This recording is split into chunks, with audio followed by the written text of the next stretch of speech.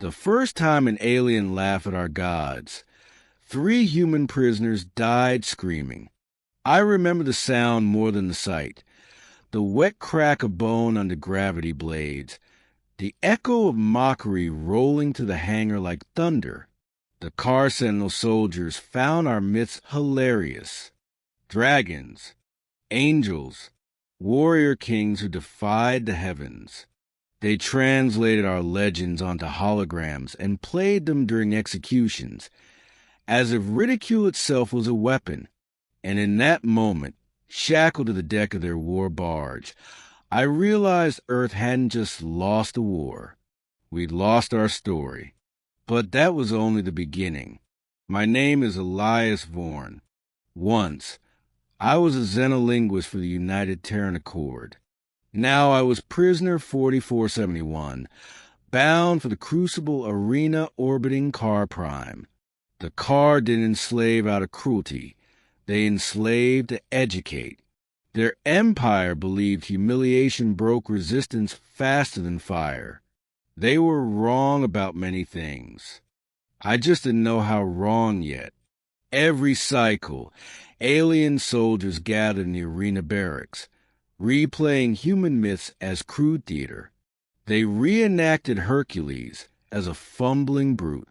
They turned Thor into a thunder-addicted fool.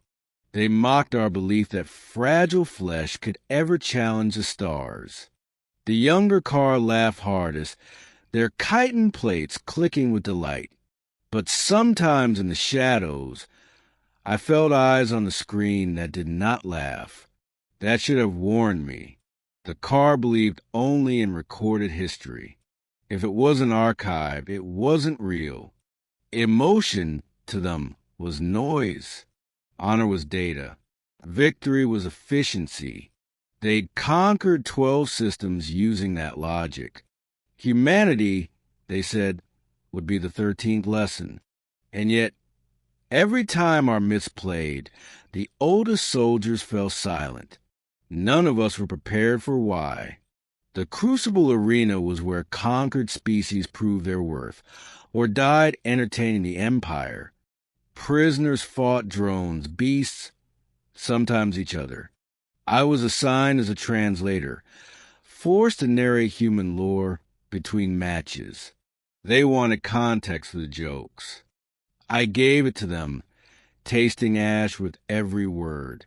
Then one cycle, after a particularly brutal match, a massive car warrior entered the chamber alone. His armor was ancient, scarred, burned by weapons no longer in use. They called him Valor the Unbroken, the war hero. When Valor spoke, the room fell into reverent silence. His voice was deep, like stone grinding against time. He watched a hologram of Beowulf being torn apart by a mech dragon, and instead of laughter, his mandibles trembled. "Turn it off," he said. The guards froze. The hologram flickered out. "What you call myths," Valor continued, staring at me, "are warnings." The air changed. I felt it in my bones. What I heard next changed everything. Valor ordered the guards away and demanded I translate his words exactly, without embellishment. He spoke of a war long before the Car Empire, before even their oldest archives. A war against a species they called the Primordials, beings who wielded gravity like muscle and bent time with thought. The car had nearly gone extinct fighting them. "We survived," Valor said, "because we learned something they never did." He turned his gaze back to me. Never corner humanity. I thought it was intimidation, a tactic, until he showed me the relic. Hidden beneath the arena was a sealed vault older than Car Prime itself. Inside floated a human artifact, char cracked, unmistakable. A Terran exploration pod, dated nearly 80,000 years old. Humanity had reached the stars before recorded history and had been erased. The primordials hadn't vanished. We had killed them. That was the midpoint where my understanding shattered. Vaylor explained the truth the car buried. Early humanity encountered the primordials and fought a war so devastating both civilizations collapsed. Survivors returned to Earth, traumatized, their technology lost. The stories of that war became myths. Gods, monsters, heroes. Over millennia, humanity forgot, but their instincts didn't. The car had mistaken myth for fantasy, their greatest error. When your species fights, Vaylor said quietly, you do not seek victory, you seek meaning. That makes you unstoppable. I asked him why he was telling me this now. Vaylor looked toward the arena above, where human prisoners scream for sport. Because the High Command plans to erase you completely. And because I remember what happened the last time someone tried.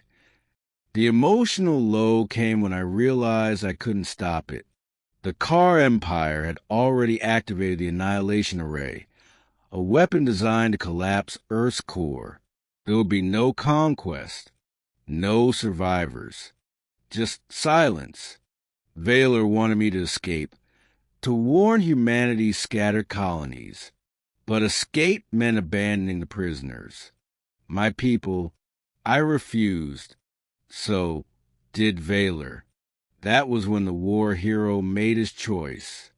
During the next arena cycle, as alien soldiers mocked the myth of Ragnarok, Vaylor stepped into the arena unarmed. He ordered me to broadcast his words across the fleet. The High Command tried to cut the feed. They failed. Vaylor spoke of the primordial war, of human adaptability, of rage forged into purpose, of warriors who fought even when history itself was burned away. He showed them the vault, the pod, the truth. Then he challenged the command to execute him. They did, and that was the spark. Car soldiers, young ones who'd laughed, hesitated. Veterans remembered. Fleets fractured. Colonies rebelled. The empire tore itself apart in hours. In the chaos, I freed the prisoners and stole a jump ship.